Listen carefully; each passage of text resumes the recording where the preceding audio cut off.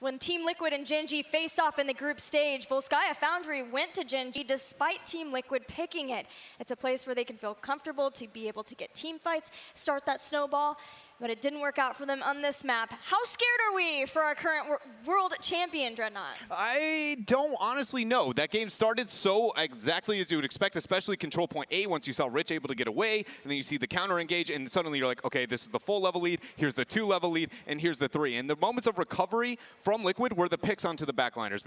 We saw Sake get caught multiple times, Hanzo was having a hard time there for Rich, and the reset at the very end on the Junkrat. And all those characters are the win conditions for Liquid, but I feel like if I am Gen G, I can go, guys, we got a little hyphy, all right? All right, bring it back here, calm down, and we likely are going to be a little bit more calculated and still obtain those early game control like we saw in Volskaya. Well, Gen G has the choice of Battleground or first pick. Let's see what they choose. Trick, what were you wanting to add to I completely agree with that there. I think you look at Gen G and you say, you know what? We screwed up. It happens. It's a game 1. It's the beauty of a best-of-5 series, right? You're allowed to have a couple of moments say, let's clean this up and play better. I think Gen G is still probably the better team today.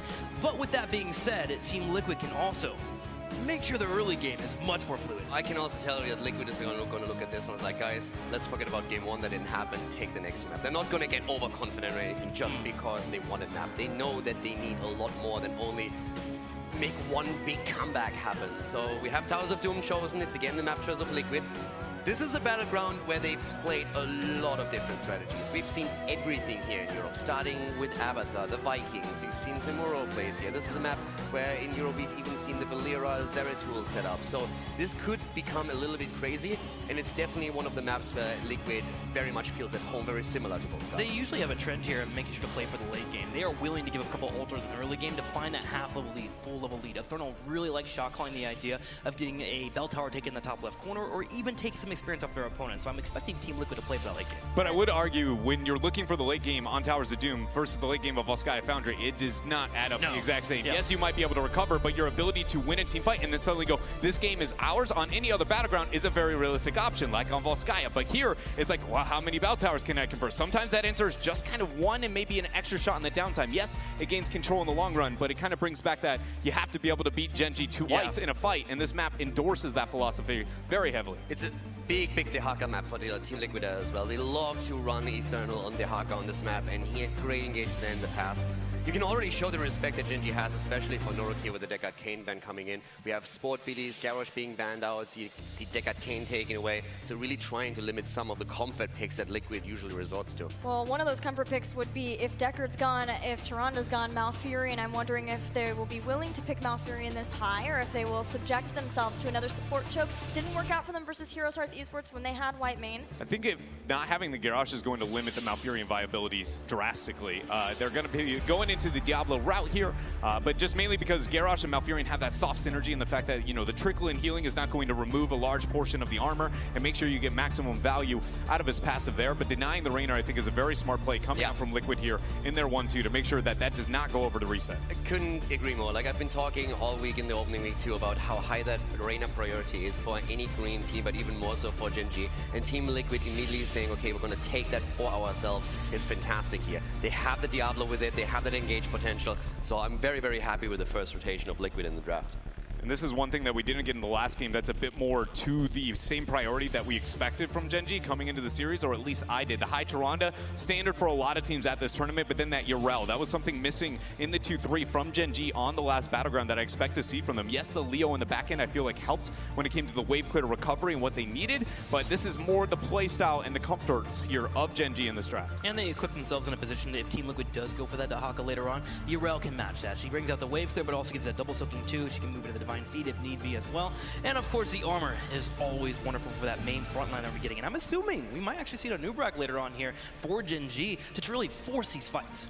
I think that's very, very realistic here, and being able to deny the Jaina, even though, yes, you have natural spell armor, I would argue Jaina is still one of the few mages that can just burst down in a Nubrak if you miss that burrow charge, or even if you just don't get the kill in the burrow charge impale combo, you're going to be dealing with a lot of Blizzard there. It's the second time that they banned Jaina on the third ban position, and keep in mind how that victory for Team Liquid in the group stage against Gen G actually worked out. That severely hinged on Jaina and Hazwops' play there. So this is now a situation where Gen G is just saying, if we get that free ban against Jaina, Jaina, we're going to take it every time. Along with the Anub, do we expect a Li Ming here then to finish out the draft? It's something that Gen G really likes here. Then they would be able to have a Li Ming and Hanzo. That's basically Reset and Rich in a nutshell.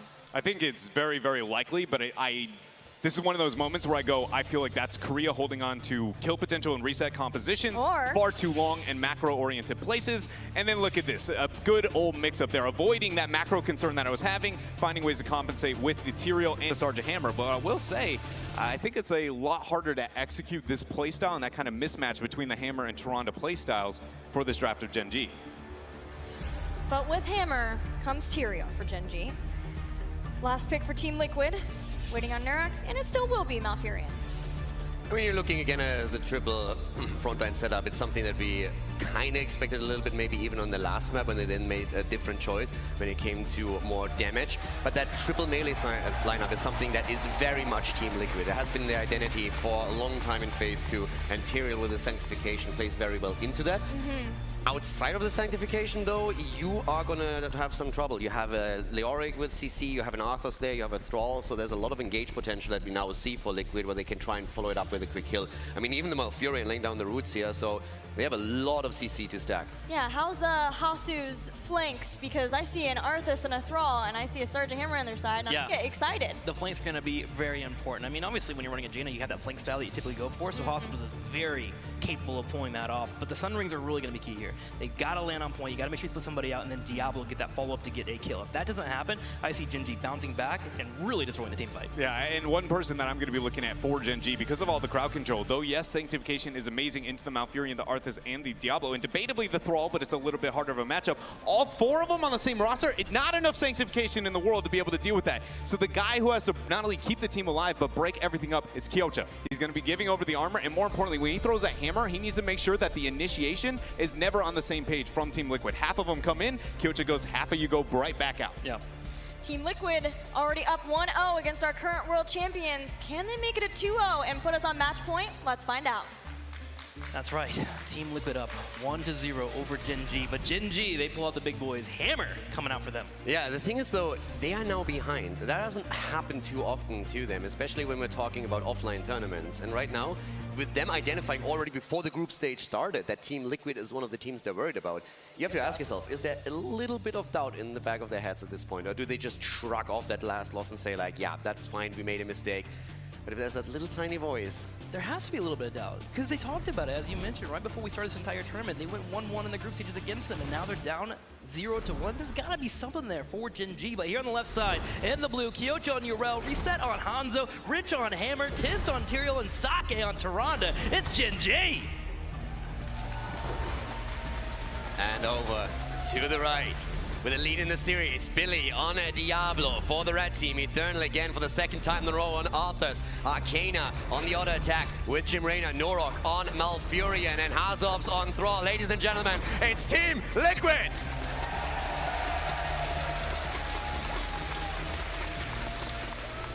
I'm very curious what the game plan is around the Sapper camps for both these teams. When it comes to Europe, Sapper camps are always important. You usually want to grab those. Typically, they invade come in, but Tyrael isn't the best invading, especially early game, when it comes to trying to force those situations, especially with the Diablo on the opposing side. So Team Liquid should be able to control the Sapper camps. Can Gen G clear them enough?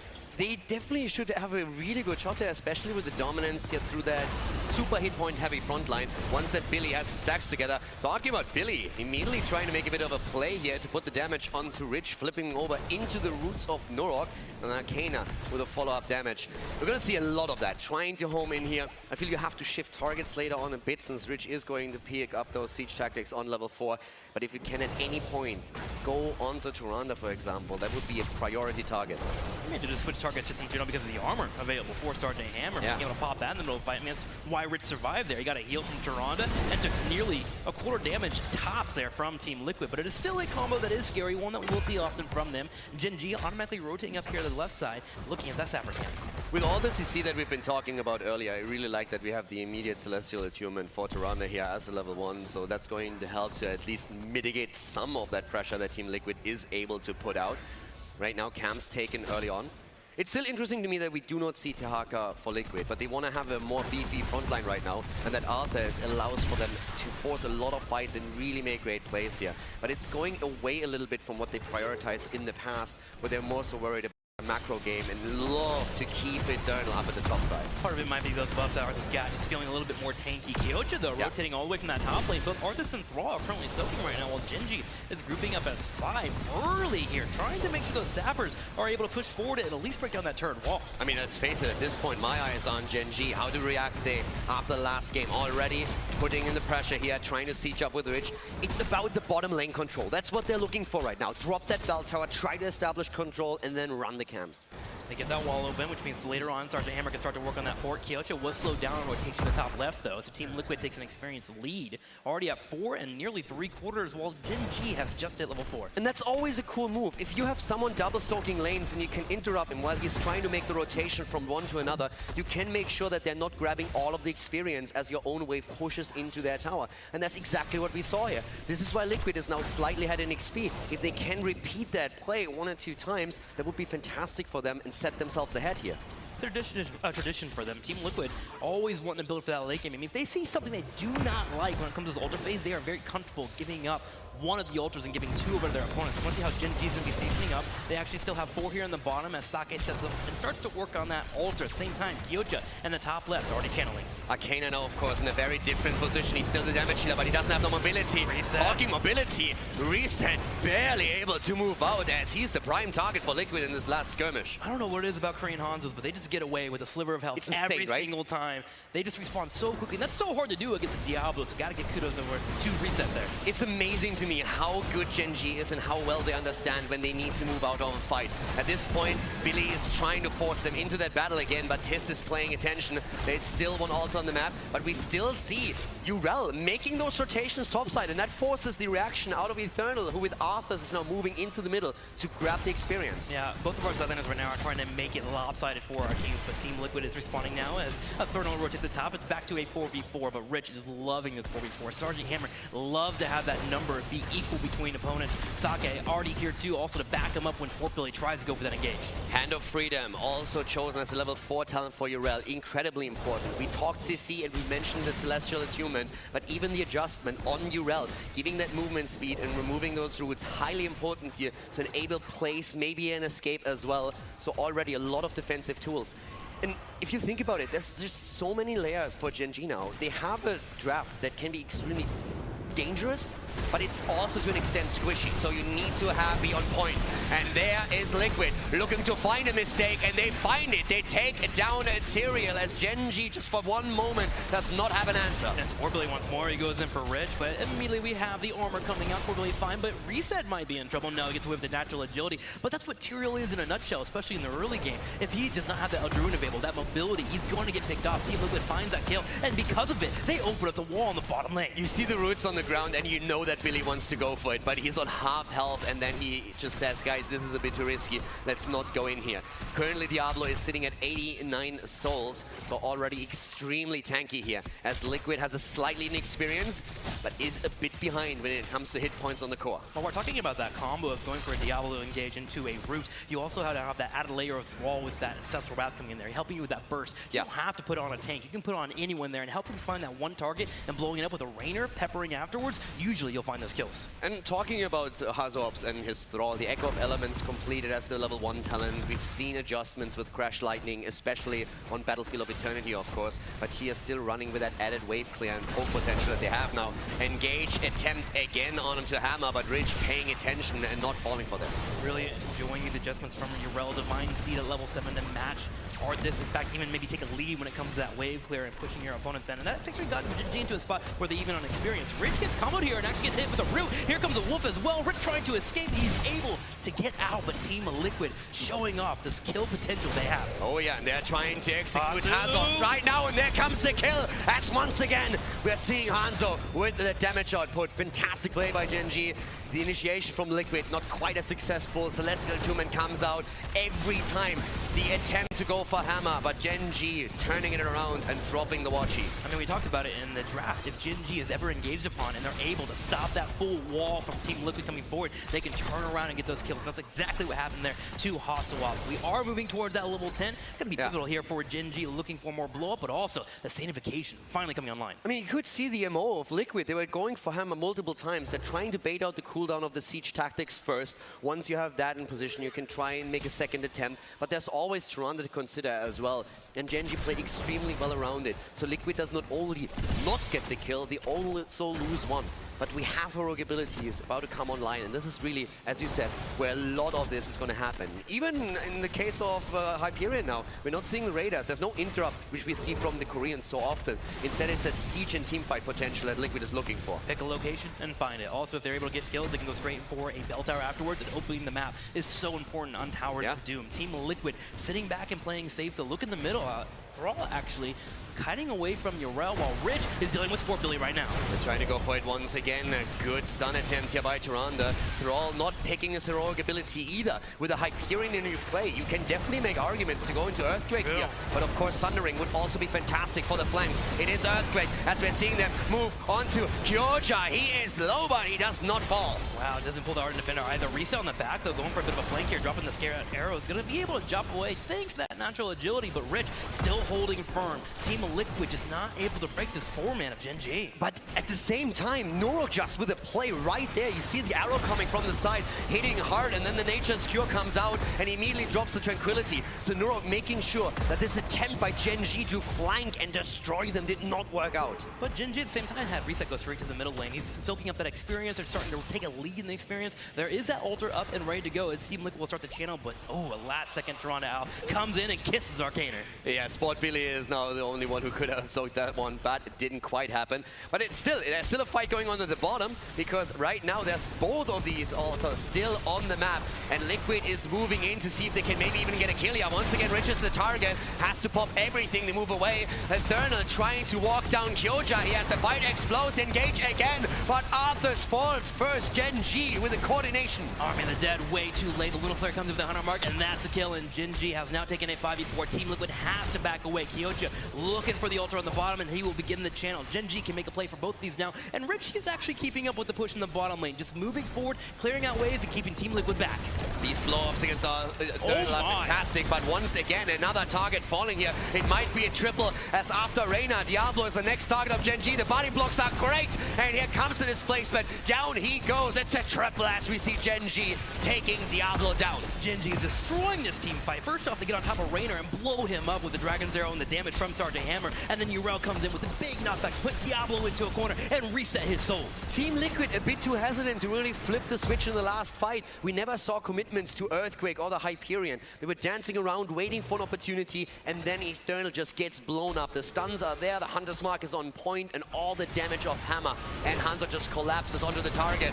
But here comes Liquid. They're looking for a kill. Lightning Breath even be used, but immediately the response from Tyrael. Death Gates gets these two. Eternal and Army of the Dead, though, has to back away and get healed up from Nero. At the same time, Hasselhoff's going in and trying to find those combos. Rich! Hammer and trouble gets put against the wall, but Rich able to escape. The heals are coming in. The Hyperion not doing enough as Arthas is picked off. Rich surviving again, and that's another kill. 6 kills against 1 as Reyna falls once more.